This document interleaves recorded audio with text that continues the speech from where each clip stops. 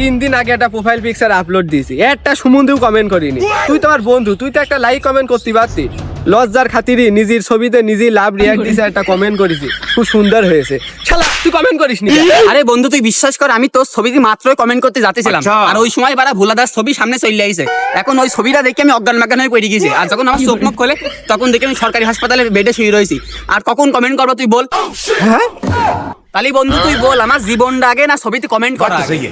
এ বন্ধু, ভোলা তো খুব ভালো ছবি আপলোড দেয়। কি এমন ছবি আপলোড দিলে যে তুই অজ্ঞান হয়ে গেলি? মনটার ভিতর খুব চাচ্ছে ছবিটা দেখি, দেখা দিন তুই আমার ছবিটা। বন্ধু বুঝে শুনে বলিস, আশেপাশে কোনো ডাক্তার মাক্তার নেই, অজ্ঞান অজ্ঞান হয়ে গেলে কিন্তু কারো দেখাত মেকাত পারবো না। যখন তুই এত করেই করছিস তাহলে দেখ ছবিটা, এই দেখ।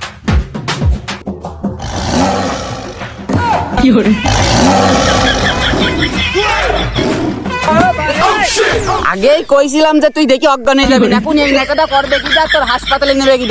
আগেও কেউ আশেপাশে আসো নাকি? আমার বন্ধুর হাসপাতালে যেতে হবে।